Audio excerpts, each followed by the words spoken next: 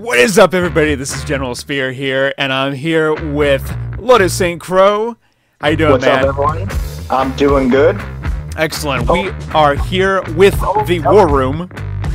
Hope you all are having a good afternoon, good morning, and good evening. Absolutely, as always. I gotcha. You did get me. So, we're back with our second podcast channel, War Room, to date.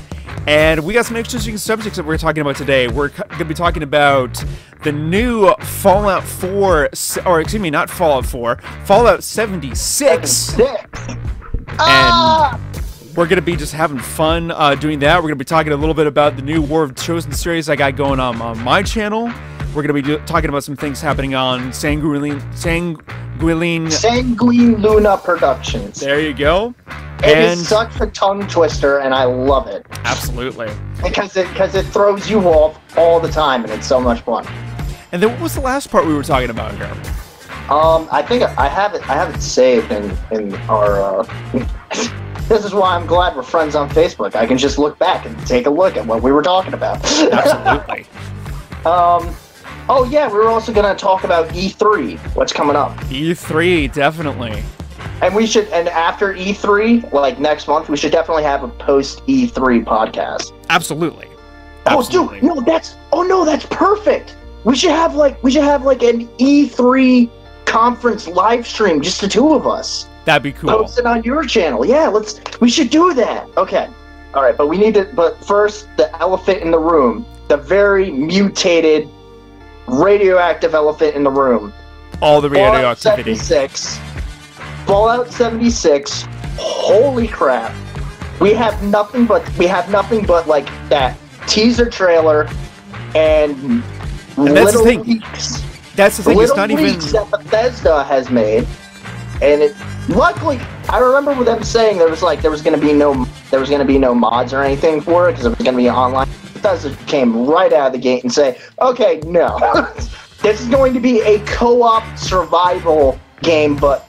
As always, with most of our games, if not all of them, we will allow mod support.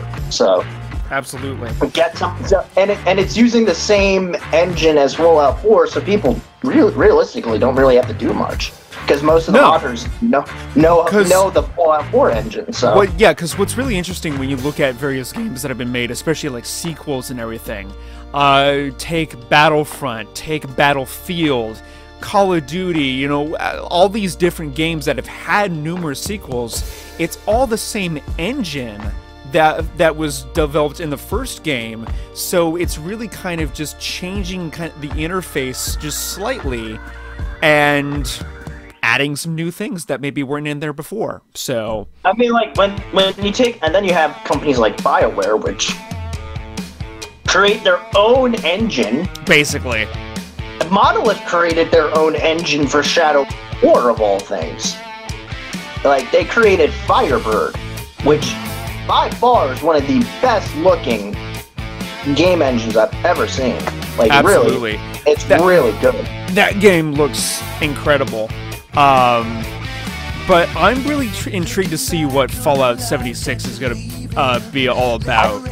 I feel like the big thing is going to be reclamation, and I think the date on the Pip-Boy is definitely going to be a huge part in it because it's literally 25 years after the bombs dropped, and it's going to be in. It's going to be in West Virginia, so it's probably going to be in a rural area, which probably has had Fallout hit it, but probably wasn't affected by actual blasts. And this is different because we've seen in past games where it has been this mix of like 200 years after the bombs dropped, 300 years, 100 years, so on and so forth. This is 210. Yeah. 210 years. This is the first time in which we've seen. This is the first time in which we've seen 25 years after the bombs have dropped, and that's actually huge, and can make for some really different gameplay than what we've seen in the past. Because at this point, the Earth, the entire Earth has suffered nuclear war, and it's like, but it's in West Virginia, and let's be honest, there's not a lot to really bomb in West Virginia. No, there isn't. So it's probably, and even and IBCMs and Fallout are very similar to ICBMs, and in real life they're like their explosions are huge. Like they have a very big radius. You're mentioning chips. I didn't mean to make the Cheetos nearly extinct.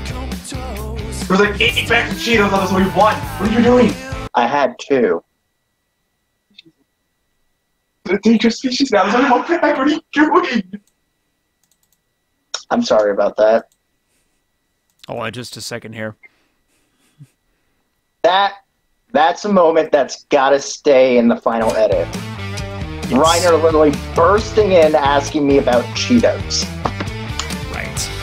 That's General Reiner, everybody. I hope you're gonna see much more from him probably during this podcast. Oh, probably.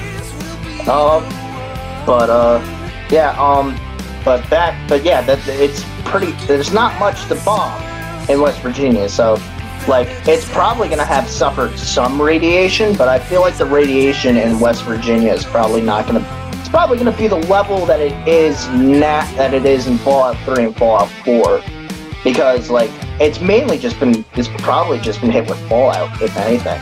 Probably. Like, though, I mean, I've seen some gameplay footage where that has been, leaked. That has been more or less kind of showing similar levels of radiation or pockets of radiation that we've seen, like in Fallout 4, even New Vegas.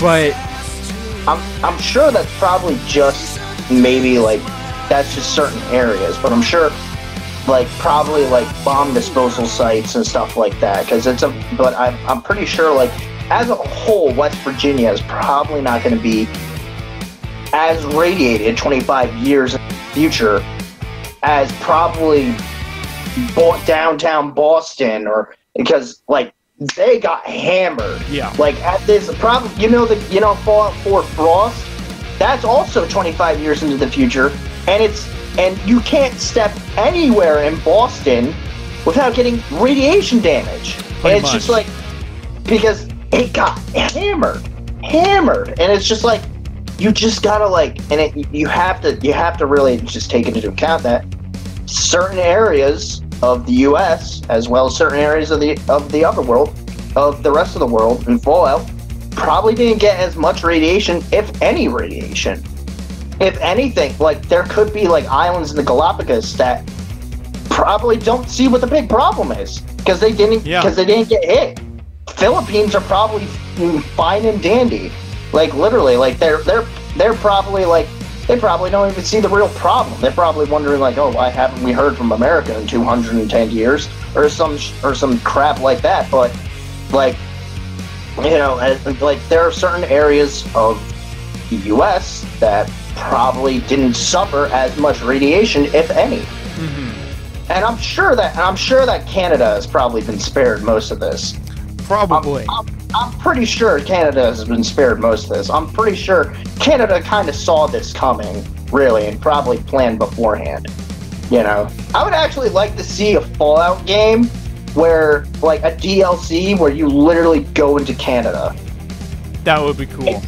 And it'd be funny because it'd be like, you literally go, and it's like, and it's still like futuristic, it's still, everything's clean and everything's like that, and it's just like, and there's actually, and unlike other Fallout DLCs where there's an underlying dark twist, there's nothing. Just an entire storyline of just pure happiness and like Canadian helpfulness and stuff like that, and it's just like, and I would love to see a Fallout DLC like that, because I'd be laughing so hard.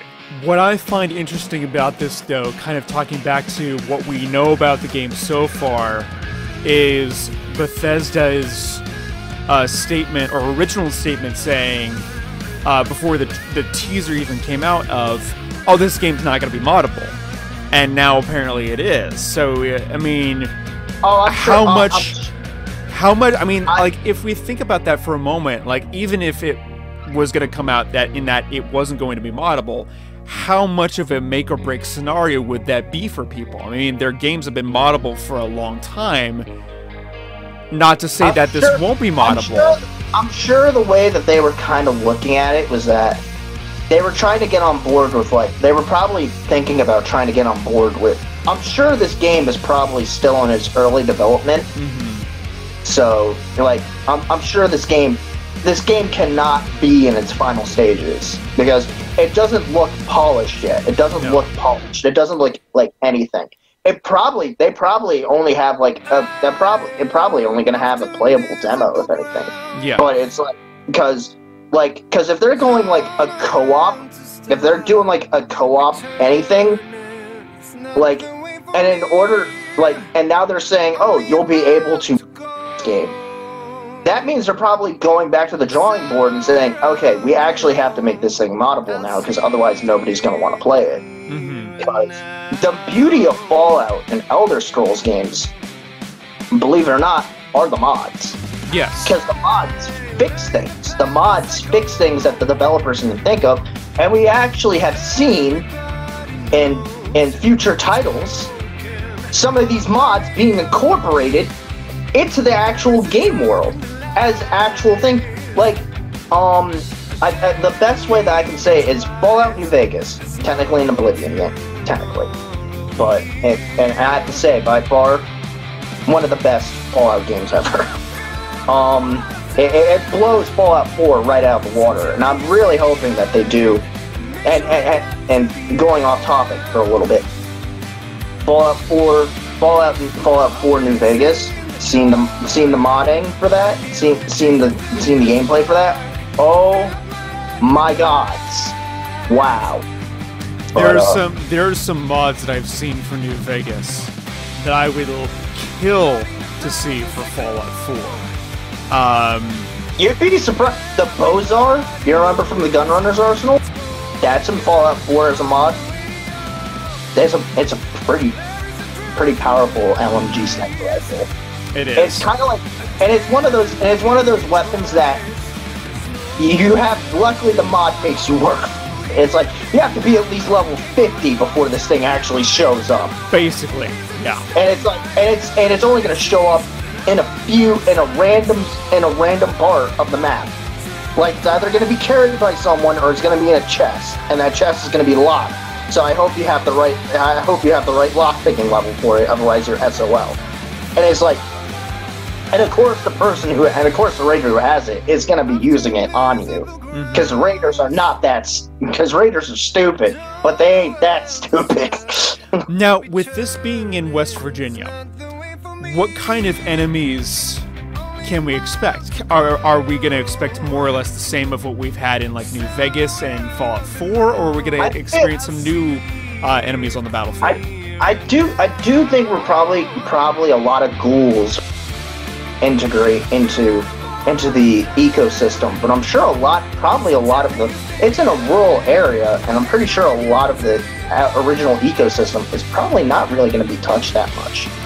Because it's a rural area, I would definitely like to see a lot more wildlife. Wildlife, yes. I'd like to actually be able to see like the beginnings of Ragstags and like Death Claws and things like that, because I'd like to be able to see like little rat scorpions until they grow like really big and stuff like that, because since probably only Fallout has really hit West Virginia, the ecosystem is probably adapted like that, you know what I mean? And it may have caused some mutations, but probably nothing that crazy. We're probably going to be looking at one of the more normal-looking, in terms of enemies and wildlife, probably going to be looking at more normal versions of enemies and wildlife than we have in previous titles. I could see this going in a way that is more or less along the lines of it looks normal, but there are definitely aspects that are not normal, and that could be used as kind of a suspense tactic. I could totally see that happening. Yeah, like in New Vegas when you went into that vault where everybody turned into plants. Yes, but basically on a statewide spectrum. Yeah, and we don't know, and we know it's in a rural area in West Virginia. but considering most of West Virginia is a rural area anyway, we don't know what that is. So, what do we think the settlement building is going to be like? I don't actually. I mean, that's another good point. Since when we saw Vault 76 and it's like Reclamation Day and stuff like that, there's probably going to be settlement building. But I don't know how that's going to be. Is that going to be more like the Minutemen way of settlement building, or is it going to be like, or is it going to be more like the Raider Nuka World way of settlement building? That I'm not sure about, because something I've wondered about in the past, and this was also with the release of that Fallout kind of little game. It was maybe a few gigs kind of thing. It was the Fallout Vault game, basically, where you actually got to run a vault. Fallout Shelter. Yes. Yeah, I used to play that all the time. I'm wondering if it's going to maybe take on a form of that, because this is 25 years after the bombs dropped, and it's also in an area in which perhaps the radiation didn't get as far. I'm wondering if there are going to be people that are going to want to try to settle in this initially first, because this is a safe haven. That might be. I don't know. That might be a thing. That might legit be a thing. We just don't know. We don't have enough information. Like literally, ladies and gentlemen, if you've not seen it, the teaser, this is not even the trailer, the teaser for this game came out, what, 2-3 weeks ago now? And it left way more questions than actual. We just don't know. And E3 literally starts today. Yeah. I think. So either today or tomorrow.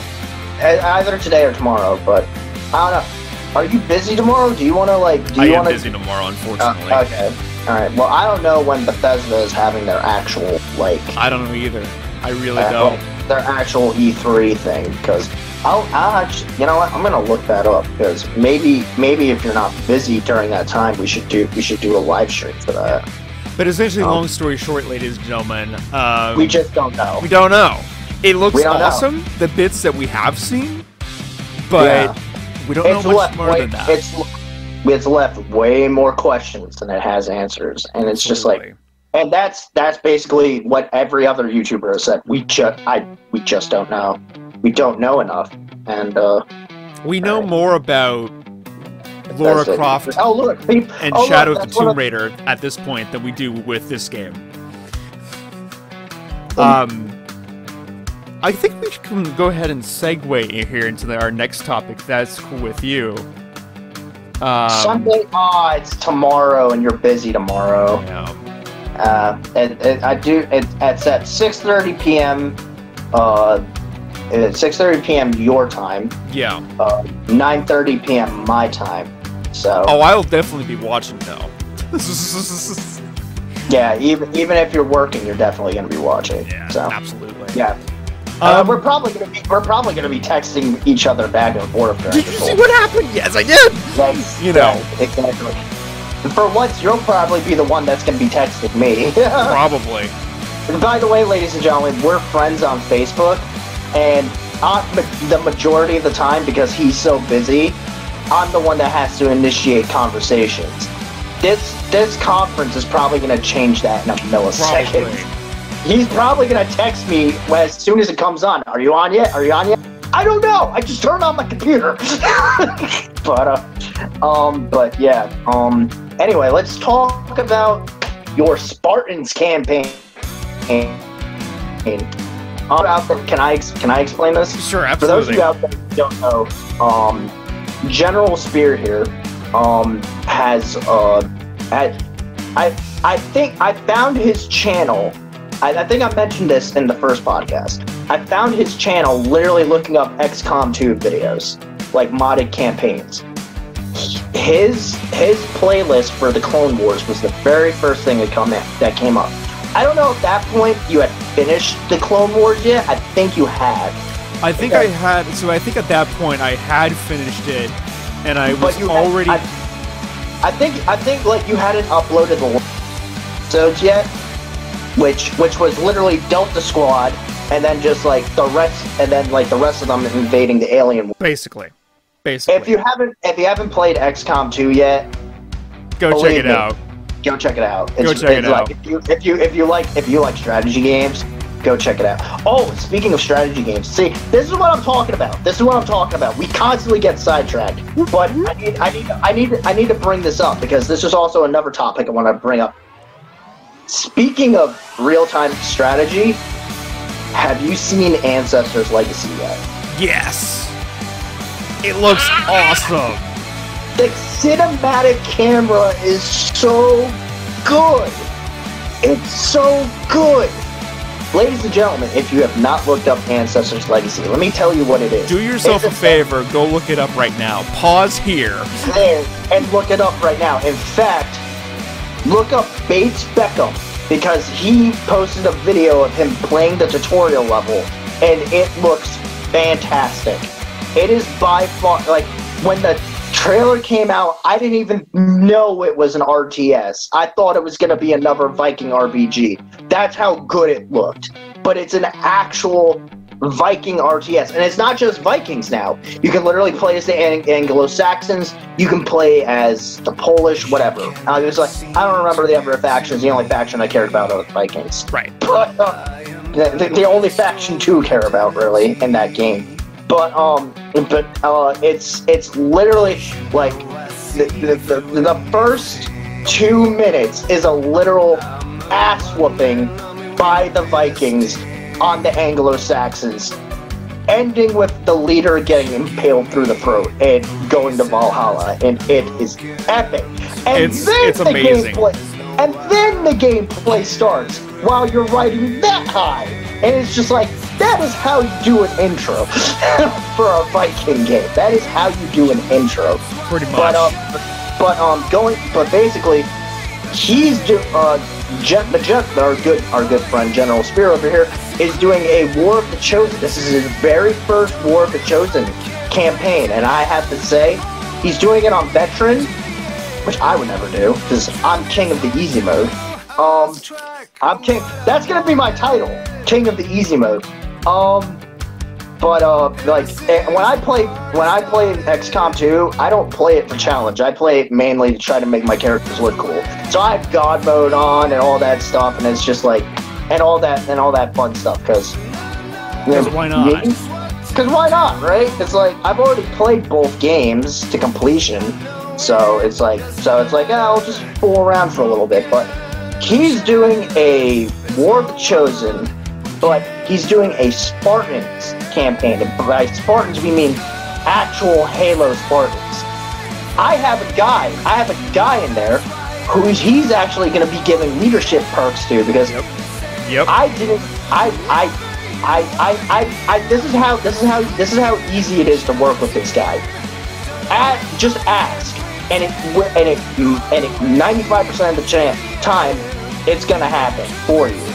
I literally just texted him on Facebook, it's like, hey, it would be really cool if my guy could be a leader, could get some of the leadership perks and stuff. And I was like, that. yeah, that's fine. Sure. You didn't even say that. You're like, oh, okay. You're like, yeah, no, he didn't even say that. He surprised me in the very first episode saying that Lotus St. Crow's character is going to be getting leadership perks. I was like, wait, what? He didn't even tell me. So. Nothing. You didn't even tell me. You were just like, okay. You literally responded with just okay. In fact, when I'm editing this, I'm literally gonna post the messages. Just like it's like you're just gonna be like, okay, we'll see, and then you did it. So it's to illustrate even further how much I've had fun with this. Like I've been doing XCOM 2 videos since its release, and that was like 2-3 years ago, or whatever it was at this point now, and. I don't know if you've been doing it since its release, though.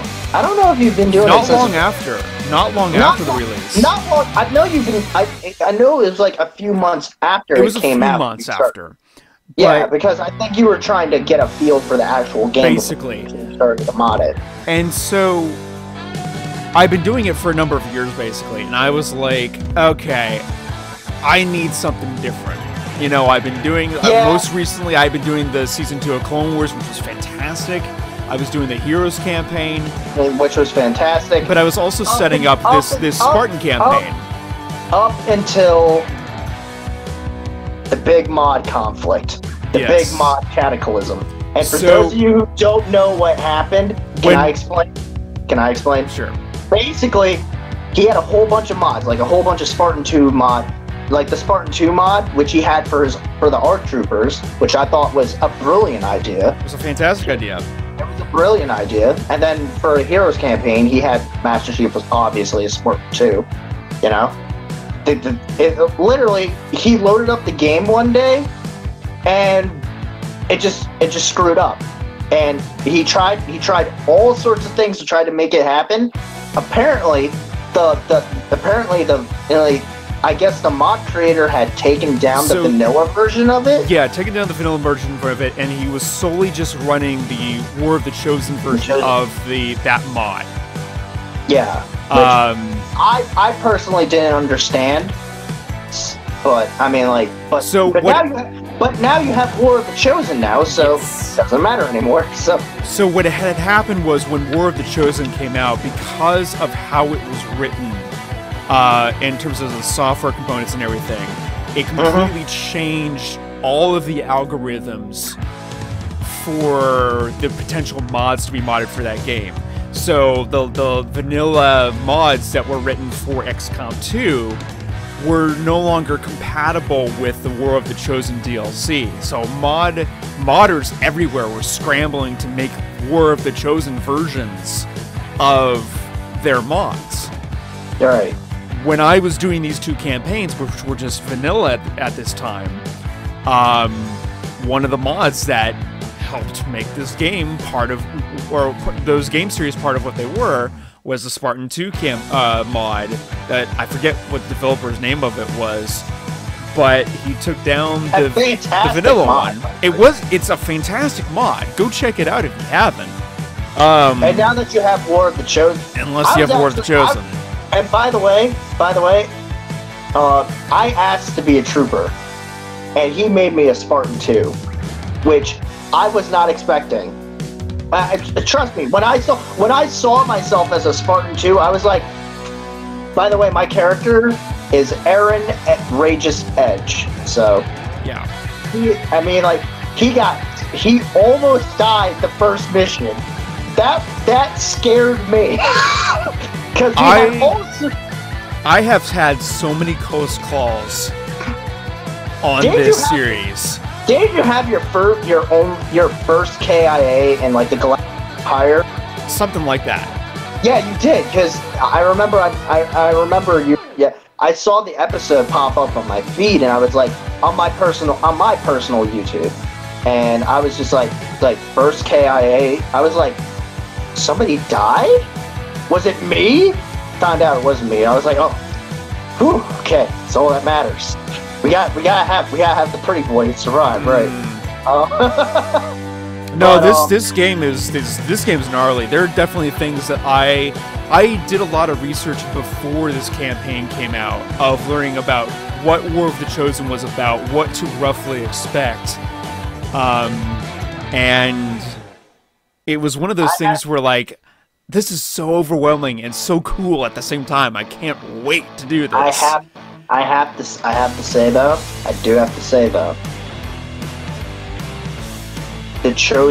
that chosen assassin coming in the latest episode.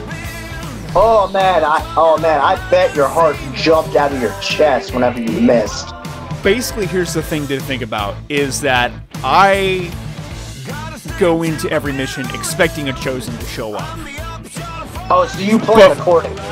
But when it actually does show up, it's just like, okay, how do I deal with this? I was actually hoping you would actually be able to. As soon as you killed it, it technically just evaporated away. I was like, man, I wanted to do an autopsy on the thing. I know, right? Oh, dude, imagine augmenting Spartan 2s with chosen DNA. Ooh, that'd be crazy. That'd be crazy. Scary. The other thing that's really interesting about War of the Chosen, and this is a thing that they implemented, that Firaxis implemented when they did this, and that I actually like, that's different from the vanilla. In the vanilla, when you killed an enemy with a grenade, it still dropped its corpse. in War of the Chosen, it actually destroys the corpse, so you can't use it for autopsy. So using a grenade is more kind of now. I actually fundamentally like that better because ideally, yeah, it would mutilate the corpse beyond being able to do an autopsy. Yeah. It works. But I am like so stoked for this series. It's gonna be really awesome. It's gonna be a really fun series, I can already tell. And once we have the leadership training start, it's gonna be even better because don't you want to have your character and my character form a bond? I believe you said you wanted to do that. I wanted to, and then I remembered that the leadership training, how that works is if you can't have more than one leader out on a mission at a time. That makes sense. So okay. So for those that don't know, the leadership mod is a mod that takes any soldier that is sergeant and above on the battlefield, and you can take that and put them into what's called leadership training. And these are additional stats or additional perks that you're able to give your character and thus use on the battlefield. The catch is that you can't use more than one leader in any particular mission. You get one leader and that's it. You get, kind of deal. But you know what? I like that because that makes the game more challenging. Absolutely, there's still a challenge to it, and it's awesome in that way. It's kind of fun. It's kind of funny. I remember in episode 4 when I was kind of leading the resistance saving, like straight saving the resistance haven. I remember when I fired my first when I actually yelled out, "Victory of Valhalla!" And then my mom asked me, "What the hell are you talking about?" So, When I looked back over that mission and I'd done some thinking afterwards of going, if the resistance wasn't there, I don't know if we would have won that mission. I feel like it's like because I'm rookie, like you can handle them, no problem. Rookie, no problem. As soon as you went to veteran, that's when the real problems started. Because literally the first mission, I lost almost all my health in one attack. It was bad. It was bad. I was out for a while. And that's the other thing too, is that because there's not only a fact that you're recovering health, there's also a tired aspect to it as well. Yeah, I noticed that. Which is actually really cool, because that way it forces you to use other characters, which I wanted to do. Yeah, which, you know what, so that means you're taking out squaddies and stuff. But that just means, like, they have more of a chance to level up and get better, and then you could take them out on other missions with the characters you like to use. So it's like, and your pool is only going to get bigger. I know you've been trying to add more. So yeah. One last thing I want to interject before we move on to our next topic. I got a comment on not the last video, but the previous two videos on a mod that's currently in development. Like, it's still being developed and everything. It's out for like an alpha and testing and whatnot. It basically takes the Advent soldiers and makes them into Imperial stormtroopers. I've seen videos about that. I'm so excited. Are you actually gonna do that? So what I'm thinking is if and when this comes out, because I mean, there's no way that this is not. I want to do a Rebellion versus Empire campaign. That would be really cool. And thinking with me at 5K subs and knowing how popular this would be, I will allow for people to do submitted characters, but I would do like a random selection, basically. Yeah. Because at the moment we're at well over 100 submitted characters for this series. I'm not convinced I'm gonna get through all of them. We'll see, but yeah, you know, I might do a random selection for that, but that's what I'm thinking, and maybe doing like another War of the Chosen series with it being Rebels versus Empire kind of deal. That would be pretty cool. That would be pretty cool. And you know what the cool thing about XCOM 2 is, a lot of the actual uniforms and stuff can be substituted for Rebel uniforms. Absolutely, there's a lot of things out there for that. No, I mean, like, in the game, a lot of that and stuff actually look like, you know, the Kevlar and stuff. When you have certain designs on them, they actually look like Rebel fatigues, in a sense. You know, and there's also certain mod accessories, basically, that can add more to that and make them look more uniform and Rebel-like and everything. Right. Yeah, exactly. But... Anyway, should we move on? I know we've been talking about War of the Chosen for a while. Right, because I have a few things I need to talk about. This is Sango Luna Productions. First and foremost, Drunken Dragonborn is coming back. I'm restarting the series, because for those of you who don't know, the series went out the fuck control. Siri got turned on. Oh, Siri. Siri got turned on because I said series. So, swear to Christ, if you turn on again. Anyway, that's what happens when I have it plugged in, and because it's instant on. Like, it's like when anyway, Drunken Dragonborn is coming back. I'm planning on doing a full playthrough that hopefully won't have any real mod conflicts.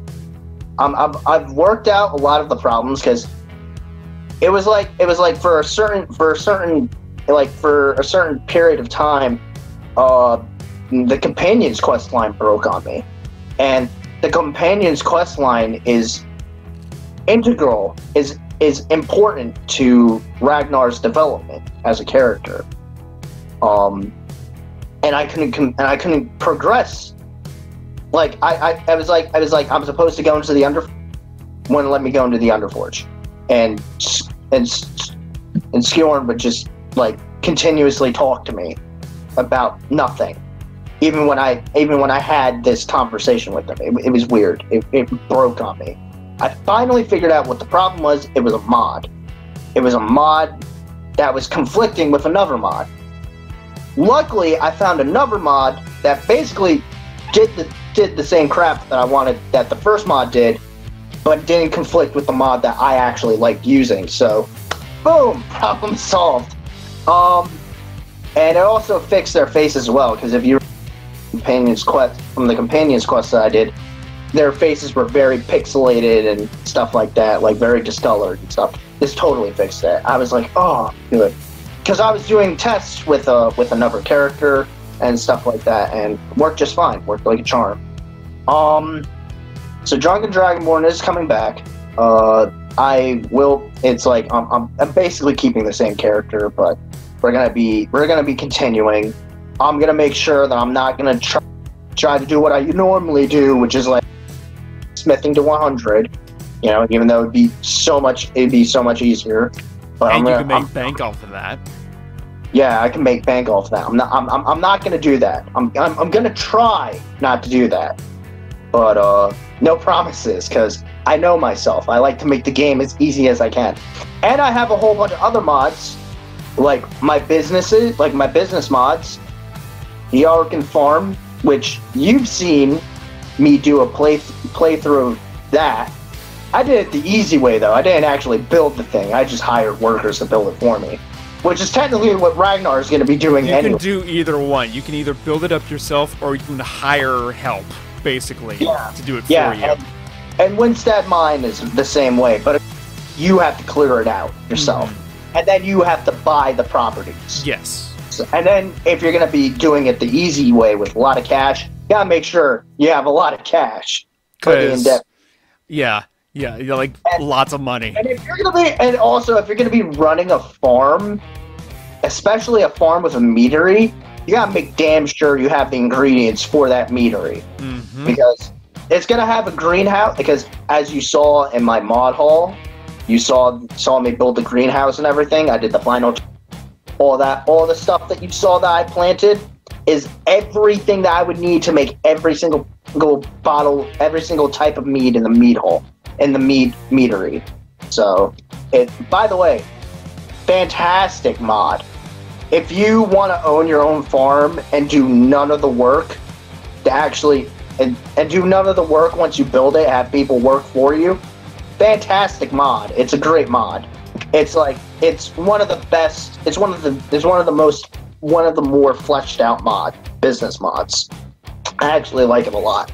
I'm also going to have Landlord, which will allow me to buy properties in certain properties, because I've noticed in places like Riften and Malkarth, a lot of other the Silver Bullet Inn, I can't buy it because no matter what price I throw at them, because it's owned by the Silver Bullet family. Or I can't buy the Blackbriar Meadery from Maven, because why would she ever do that? You know? So it's one of those things. So but like with other things, like I'm gonna be buying, like I can buy like stalls and things like that. I'm gonna be opening up a bank account in Markarth, you know, things like that, and I'm just gonna have money continuing to pour. But a lot of that is not gonna happen until the second season, because the first season is basically Ragnar getting back into the swing of things, and him trying to scrounge for cash and stuff like that, and him just basically Thieves Guild. No, he's not gonna be doing the Thieves Guild questline. He's probably only gonna help only help Brynjolf, and that'll be the extent of how far he goes. But I do know, but in my personal lore, he did help Brynjolf with that one scheme, but he did. But didn't go much further than that. It didn't go much further than that, but then he also bailed Brynjolf later on down the line. He, like a little bit later down the line, he also bailed Brynjolf out of a pretty nasty situation, and from there he became friends with the Thieves Guild. And then when Mercer died, by the way, if you think I'm spoiling anything, the game has been out since 2011. It's way past the spoiler mark. Okay, if you want to know what's going on, play it yourself. Like literally, like when Mercer dies, and the new Trinity of Nightingales of Nocturnal, like one of them actually renegotiates the contract with Ragnar. So they remain, and the Thieves Guild actually joined him in the fight in the Second Great War. They pull a lot of espionage and sabotage behind enemy lines, so it's pretty nice. Like having Nightingales literally sneak behind enemy lines and just pull the old George Washington. Pretty much, yeah. Just like they set charges and things like that, you know. And who the hell is gonna catch them? They're thieves. Right. They're adept, especially Nightingales. Nightingales are good at what they are like the pinnacle of thieves. They know how to stay the pinnacle of rogues. They know how to stay hidden. So literally by the time that they're done, the main army can literally go in and like most of the defenses are like destroyed. Like Ragnar is by far one of the best tacticians of the Fourth Era, and that scares the hell out of the Aldemari Dominion, because they try everything to try to kill this dude, and he like they actually tried a special poisoned arrow, and he hit him right here. He literally ripped the arrow out, put it in his bow, and then fired it right back into the dude's head. Drank a potion and kept fighting. It wasn't until like after the battle that he actually started feeling it, because like at that point his dragon souls, he was so powerful that his dragon souls could actually like hold back the effects of poison and stuff like that for while he was in battle. So like this dude is overpowered, but in a good way, because it's like after the battle he starts feeling it. Once the blood rage has gone down, you know, it's like he may technically be aware that he's immune to diseases, but he's not immune to poison. Right. So, yeah, in fact, silver weapons actually hurt him a lot more. silver stuff actually hurts him a lot more because he's a werewolf. So, you know, it's one of those things where he has to be really, really careful about that stuff. So, you know, it's like, and actually there's a group of Falmore Justicars who actually find out he's a werewolf, and they try to kill him with silver weapons. Doesn't work out too well, but they do really hurt him. They do hurt him a lot. So, like, he literally limps home, like, literally bleeding and stuff profusely. And it's really bad, you know, so, like, he actually has to spend a full week recovering in his house. So, you know, like, so, he's overpowered, but only to an extent. It's not until, like, he gets the dragon aspect shout that he really starts to, like, it gets to the point where he can actually grow wings and fly. Like, he actually flew at Alduin in Sovngarde. Like, they fought in the air. Like, in my lore, I'm sure I can't do that in the actual game, but it'd be cool if I could. That would be cool. That would be really cool if I could, but anyway, that's the first series, the revival of the Drunken Dragonborn. Then we're gonna have my Fallout 4 playthrough, which I've actually recorded the first couple episodes, and now the sound was way off. Like, the sound of me and the sound of the game was like, you know, like, so I gotta re-record that, but it's alright. I didn't get that far in the game anyway. I literally got to the Museum of Freedom, and that's as far as I got when I stopped recording. And I watched it back, and I was like, I can't even hear the game. What the heck? So I finally figured out what that's about. So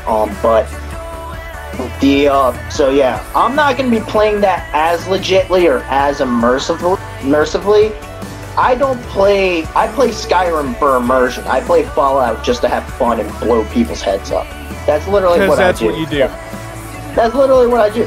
I have the cheat terminal and all that stuff, so I'm gonna have perfect VATS accuracy and stuff. I am not gonna have God mode. I'm not gonna have God mode on. I'm not gonna have one-hit kill on. I am gonna have infinite AP on because I find it really annoying that I have to use AP to sprint. So I'm just gonna not do that. There's gonna be a lot of slow walking with my weapon out. There's gonna be a lot of slow walking in between fights. Me walking down the road at like a very slow walking pace, you know, that kind of thing. I am going to be doing a lot of the settlement building. Like, I'm not going to be doing a lot of settlement building. The only settlements I'm really going to build are probably Red Rocket and the Mechanist Layer. Yes. That's pretty much it. That would be a fun one. Because, I mean, everybody has done variants of the Red Rocket. Everybody's done, at this point, Sanctuary and whatnot for those that have owned the game for whenever. The Mechanist Slayer, I think, is one of the fewer gems, if you will, of settlement building. Because it's mainly just for robots. Yes. Man, I wish that I actually turned the Mechanist Layer into a half warehouse, half player home. That would be cool. That would be cool. Man, I did it in a previous I did on a previous character. Like, I had a whole bunch of settlements with the Minutemen and stuff like that, and I literally just I brought them all back together. I got rid of all my human provisioners and just turned them into robot and had a whole bunch of robot provisioners. I even had a mod to turn my provisioner, my caravan, like my provisioner pack animals into iBots to make navigation easier in the Mechanist Layer. Okay. So it's not like you have like huge ass pack ramen clogging up the line. You literally just these iBots don't tire or anything like that. So and I actually turned a section of the scaffolding into my own personal man cave. I had a smoking corner, had a stack of books, I had I had set up a piece of barn wood, like a barn wall, and I put a dartboard on it, and I would take shots at it and stuff like that. Oh man, I wish I recorded that. Oh man, I would have posted that on the channel. Oh man, but I lost all of that. I lost all my progress. I was so angry. But yeah, so Fallout 4 is coming. I do plan on I do have Knights of the Old Republic for my Xbox One. I don't plan on playing it on my Xbox One though. I do plan on playing it for what I'm using right here. Hopefully, if it works. I am going to be doing the complete opposite of what General Spirit has been doing. He's been doing a light side character. I am going to be doing a dark side character. So, but of course, part of the inspiration of what's been going on is I've started out doing light side. I want to do a light side canon of Kodar in particular, as much as I possibly could.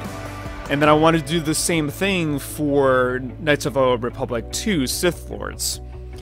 But I also want to do a switcheroo at some point, and this idea came about and it kind of inspired me from another YouTuber whose name is Darth Zyle, who's done like Fallout 4. You've seen him before, have you? I've seen him plenty of times before, and wow, it is really dark. It got really dark in here all of a sudden. Yeah. So he's done Fallout 4. He's done a bunch of different things, but he's done several different series on Kodar and Kodar 2, to where he's done a canon campaign, and he's also done kind of the opposite of what they are about as well. So I'm doing kind of a new take on that, where I do a canon Revan, and then I do like a dark side Revan. Same thing with, Kodar 2, I do a light side Mitra and a dark side Mitra kind of deal. So kind of looking at both halves. But instead, what I suggested was, what I suggested is that he could let me handle the dark side stuff. So that's what I suggested. He's free to decline, because I plan on doing a Kodar playthrough anyway. But if he wants to take the light side and be all pansy and stuff like that, and I'll take the dark side and really be a jackass, I can do that. That's fun. In fact, I'm thinking what we should do is, if we do a Mass Effect trilogy playthrough on both our channels, you should do Renegade and I should do Paragon, just to switch it up. Oh, bad idea. Not a bad idea, yeah. I just remembered, because I'm going back through the first Mass Effect, kind of just playing it over, because I have not played Mass Effect 3, and I've only played portions of Mass Effect 2. Mass Effect 1 is really the only one that I've played an immense amount of. Mass Effect 2 and 3 blow Mass Effect. That's what I've heard. Okay. So what I'm doing is, for the intent of the story, I am going back through Mass Effect 1 in its entirety as much as possible, and then doing 2 and 3 chronologically, and see how that matches up. You know what I've done? I've gotten the perfect ending. I've gotten all the fleets. In Mass Effect 3, and then I got the extended cut, and I got the synthesis ending. Nice. That's it. I like the synthesis ending. I don't like the fact that Shepard dies every time. Every ending you get, Shepard dies. That annoys me, because I really like Shepard. But playing the first one again made me remember how much I missed Nihilus. Yes. Yeah. Like, every time. He seems he's such an amazing character, even though he's there for 5 minutes. You know what the funny thing about Nihilus is? You know his face design, the furry design? If you take a look at Dark Nihilus and then Nihilus, they look they're design like his Nihilus's mask. They're identical. Yeah, and that's the funniest thing. It's one of the greatest odes to another franchise that I've ever seen. Yeah, and they came out around the same time too. And just like in Mass Effect 1, you only really confront Nihilus for like realistically 5 minutes before he dies by your hand. So that's so I like that. That was really funny. I'm pretty sure BioWare wasn't really looking at it like that at the time, but but it panned out that way. But us as a fans, it panned out that way. Yeah. So, god damn, it really is dark in here. Like, and I this really annoyed me. Ooh, wow, that really is scary, actually. Yeah. This really annoyed me when I was going back through, because I was listening to the voice actors and everything for Mass Effect in the first one, and Nihlus' voice I could not pinpoint for a while. Like, I had known that I had heard it, and then I remembered the voice who did Nihlus is the voice who does Celebrimbor. Really? I'm pretty sure. Are you sure? Okay. All right. Quick now second, ladies and gentlemen. I'm gonna look that up right now because I'm actually kind of intrigued by that. Because like, it's the only thing, at least in my mind, that sounds like that is. Mass Effect. Nihlus voice actor.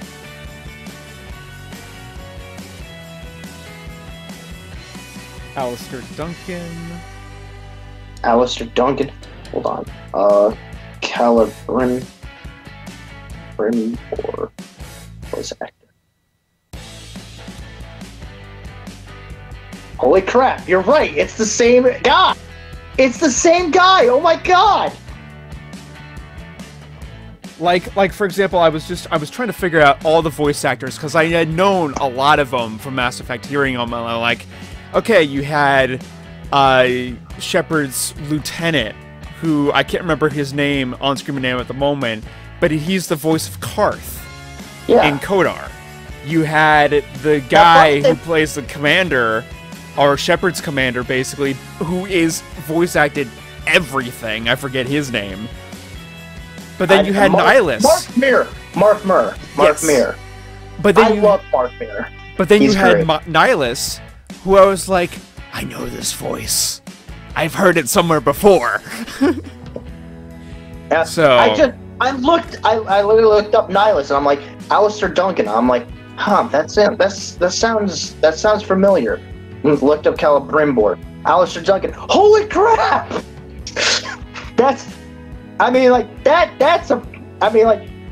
Speaking of voice actors, it took me like 5 hours to figure it out. Yeah. Speaking of voice actors, Troy Baker, very famous voice actor. Yeah. Had a child. Yeah. He did. I don't know when, but he did. Which was news to me. It was really news to me. But he had a kid, and I think that's great. But anyway, what other series am I doing? I do know that I plan on once my computer is actually fully fixed and actually runs properly, I'm going to be doing my own XCOM 2 playthrough. And yes, it will be modded. And no, it's not going to be based on anything he did. It's actually going to be my own thing. I'm actually going to have Christopher here as one of the leaders in my XCOM 2. So he's going to be. And I personally think that I'm going to do an ode to your very first XCOM 2 playthrough. Oh man! And I'm gonna have you as a sharpshooter. I'm gonna be looking at that, and I'm gonna be like, all the nostalgia coming back, kind of deal. Because after your first XCOM 2 playthrough, Christopher General Spear has never since been a sharpshooter. He's always been something else. And I think I'm gonna go I'm gonna do a good ode to the very first XCOM 2 series you ever did, and make him one of the. A long time ago. And make him a sharpshooter. I'm not gonna remember a lot of this game. Just letting you know, because I don't play this game. I haven't played this game legitly in a year. So just keep that in mind. What's really funny is that, looking back on it, I have yet to do a straight vanilla playthrough of XCOM. I've never done one. I don't think you should. I really don't think you should, to be honest. Speaking from YouTuber, from content creator to content creator, you really shouldn't, because your channel is known for modded stuff. It is. You know? It really is. Or, So, yeah, just modded stuff, really. Just modded stuff, because even your Minecraft is slightly modded, to be honest. Slightly. Slightly. But still, the fact Well, that... one of the things that I'm actually going to be bringing back, and I actually talked about in my latest Minecraft video, it initially was going to be a new game that I was looking at called Imperium Galactic Survival. And then I realized, well, I already have a space game that has gotten more awesome with some of the updates that has been going on in that, and that's No Man's Sky. There have been some updates that have been recently happening in that. To be perfectly honest, and I don't mean to offend you in any way, I'm probably not gonna watch No Man's Sky. Fine. I bought that game for $60 when it first came out. I was so stoked for it. Within 3 hours, I didn't even return the disc. I literally set it on fire on my back porch. The case and everything. I poured gasoline on it and just threw the match on it and just watched it burn. I'm pretty sure I have some cancerous tumors that are gonna form 10 years from now from that act of defiance, but I don't care. That's how much I hated that game. That is how much I hated that game. So if you're gonna, I'm just gonna say, don't expect to see my views on it anytime soon. Like, regardless, there will be a space game, whether it's Galactic Survival Imperium or No Man's Sky. I don't know. Why don't we do Space Engineer? We could do that. I have Space Engineers now. I bought it on Steam on a sale. Apparently, what you're supposed to do. Always. Oh, you know what we should do? We should do something completely out of the norm. We should both do a Prison Architect modded playthrough. That would be insane. Oh no, a RimWorld. I remember you were doing Rim. Maybe we both should do our own campaigns and compare notes. RimWorld would be interesting. Yeah. So anyway, but I think that's it. I do know. Yeah, basically at this point. I do know that me and Reiner have actually filmed a few videos today, and the very first video being his introduction, where he did not want to be in the camera, freaking 20 minutes of it. Like, for half of it, he tried to keep himself out the camera. I'm like, that's not how this works. So, just do a hood. That's what he wanted to do. I'm like, no, I'm not gonna have Sith Lord and like a nerdy Sith Lord in your own introduction video. All right, if my face is in the video, and Toby's face is in the video, your face is gonna be in the video. You little bastard. But he's hilarious. The good general met our fellow General Reiner today, and as you can tell, he had a little bit of an outburst earlier this podcast. So I really hope that stays in. That was just it. Probably will. It probably will. Yeah. I do know that he and I actually recorded some Blaze Brew cross tag battle, where he promptly beat my ass about 9 out of the 10 times. But that's only because he's had the game longer, and he has a Switch, which I don't. So, but I actually really like cross tag battle, mainly because of the Ruby characters in it. Mainly, I do know Yang's coming in a couple of weeks, and I'm actually really excited about that because I wonder how Rooster Teeth reacts as here's a Blaze Blue coming in. How did that conversation start? Like, hey, do you guys want your characters being a cross tag battle? I'm pretty sure like they were like, hell yeah. So, you know. I mean, there's only so many people I can think of in that group now that would go sarcastic, like, nah, I'm good, you know. Yeah, I know, right? That's but the last thing we're supposed to talk about is actually something that we've been talking about throughout this whole thing, which is E3. E3 is this week. E3 is literally this week. The biggest video game conference of the year is here. It's finally upon us. And boy, do we have a lineup. It is a heck of a lineup. We have a heck of a lineup. We've had leaked scripts, and then finding out those leaks were fake, and then having other leaks, and then finding out those leaks were fake. And now we have the full official list, which just goes to show you always have to take leaks with a grain of salt. Mm-hmm. You know, like that's the thing. We have Bethesda's lineup looks fantastic. It looks fantastic. We're seeing some stuff for Fallout 76, and that's pretty much all I know. I know they're going to be mentioning that. I really hope, and I know this has been a big thing. I know this is like wishing for owning your own planet, but I really hope that they show at least a teaser trailer or a trailer for Elder Scrolls 6 this year. Because for so many years, I don't know why they've been sitting on it for. I mean, like, not even the time between Oblivion and Skyrim took this long. So I don't know what they're going to be doing, but I hope they release a trailer. At least a trailer. I don't even care about gameplay. I don't even care about a gameplay demo, honestly. I just want to see something. Because I know they've leaked the name. Valenwood.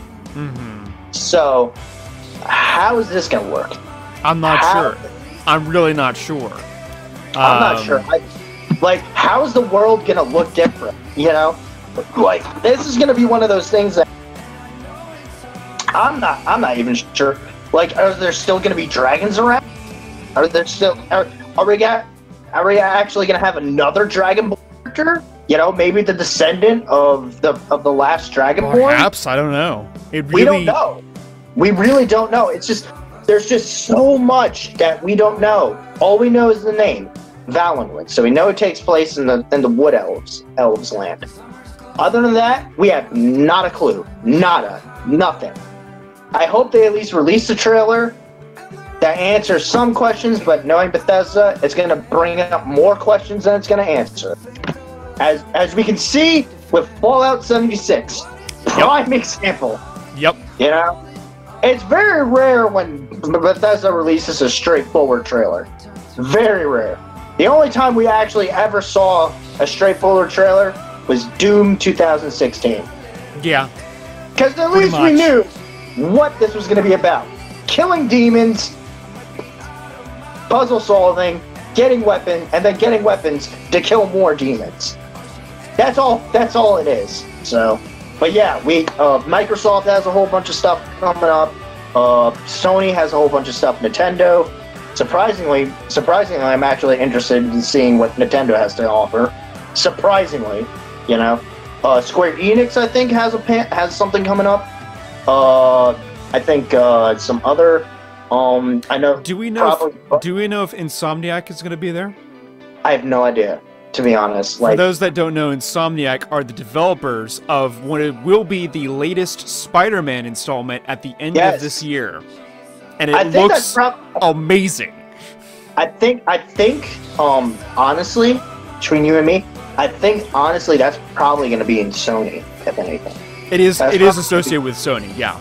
Yeah, that's probably going to be with Sony. That's probably going to be the Sony showcase, if anything. We should probably talk about, speaking of conventions coming up, neither the General nor I can go to RTX, but if you can, definitely go, because Troy Baker is going to be there. Troy Baker, the man of 1,000 voices, is going to be there. He's going to be in a live screening of the Rooster Teeth podcast. And he's also going to be insane. He's also going to be in an off topic and he's also going to be in Always Open. For those of you who don't know what Always Open is, first off, what the hell is wrong with you? Second off, it's Barbara Dunkelman's own podcast, and basically it's a more female-oriented podcast. But you know, they cover more female issues and everything, but it's still really interesting to watch. So if you haven't watched it, you should. Mm-hmm. And then Off Topic is Achievement Hunter's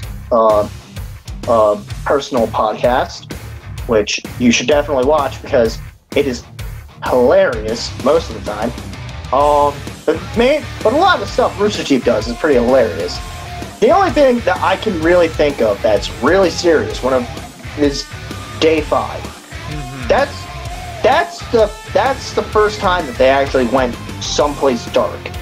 You know, like they've gone dark before. Like all we have to take a look is Red, Blue, and the tragic story of Tex and Church. Mm-hmm. You know, among other things. You know, or you have to take a look at what's been going on in the latest volumes of Ruby to really see how dark they can go. Mm-hmm. And it's like, and I have to say though, they're dark. Like Remnant dark. It's you can't even hold a candle to that compared to some of the darkest crap that Nern has gone through or the Wasteland has gone through. And since I'm in a roleplay with somebody's doing the Yang Xiaolong, Ragnar has actually mentioned that. Like, however dark you think Remnant can get, Nern can get 100 times darker. So, I said that, but Troy Baker's gonna be part of live podcasts. He's gonna be doing signings. He's gonna be doing a Q&A, things like that. And I also hear that he's actually gonna be doing some voices for a new show that's coming out. Yeah. Or he might be doing voice acting or Ruby or Red versus Blue. We don't know. But it's all up in the air at this point. To this point, we had not seen Troy Baker with Rooster Teeth. So we don't know why exactly he's there. He may just be a guest, or he may be something more than that. He may be working with them on a project. Whatever it is, I'm looking forward to it. It's going to be epic. It's going to be epic. Yeah. Even if he's there as a guest, it's going to be great. It's going to be great. So if you can go. And bring us back some signed shit while you're at it. Send it to us in our P.O. boxes. I'm sure we'll set them up by the time has happened. Or at least he will, and then he'll just email it to me. I don't know. But, email me at signed paper. I'll just pull it right out of the email. I don't know. But, anyway, I think that's it. I think so. Unless there's anything else you want to bring up? No, I'm good. Are you sure? I mean, I'm also tired as hell, so. Yeah, you have to understand, we're literally recording this. It's like, when we started setting up for this, it had not even been 15 minutes since he got home from work, and I bombarded him with like hey, I'm all set to go. I'm pretty sure he looked at that. He was like, F you. So, no, I was like, I'm gonna be tired. Yeah, exactly. So, since you started us off, do you want to finish? Do you want to finish for us? You can go and finish if you want. All right. Well, thank you all so much for watching. If you enjoyed the second part of the second podcast, make sure to leave a like. Every like helps, and make sure to comment. Your thoughts, opinions, what you want, who you want to see next on the podcast, because we definitely have a lot of people that we want to bring on this podcast. We just need to get bigger in order for them to notice us. So share this around. Share this around with your family, friends. I don't know about your family, but definitely your friends. If they just like listening to like two about nothing for whatever, definitely share it with them. Definitely. And if you haven't already, don't forget to subscribe to me, to Sanguine Lunar Productions, become a Legionnaire, and don't forget to subscribe to General Spear, become part of his ARC force. Become an ARC trooper. Hey, that would be That should be your subscribers, our troopers. That'd be cool. Also, one little quick thing for those that don't know, I have a XCOM 2 Discord that is in the link in the description on my channel below. Go ahead and check that out. Join that community. It is already awesome. There's fan creations, there's character conversations, and just a lot of general chat. So it should be a lot of fun. You know, I actually haven't joined that one yet. I don't think I've joined your Minecraft Discord. I don't think I've joined your XCOM 2 Discord. I should do that. You should. Yeah. Anyway, do you want to do your outro? Sure. Thank you all for watching this War Room, everybody. I hope you all enjoyed this conversation. As Lotus has said, go ahead and join in the conversation below. If you have any new ideas for what you would like to see in the next War Room, feel free to suggest it. Thank you all for watching, everybody. Hope you all enjoyed. Feel free to Hulk smash that like button. Comment in the comment section below if you're new. Don't forget to subscribe. And as always, may the Force be ever in your favor. And until next time, this is General Lotus and General Spear signing off. Bye, See you guys.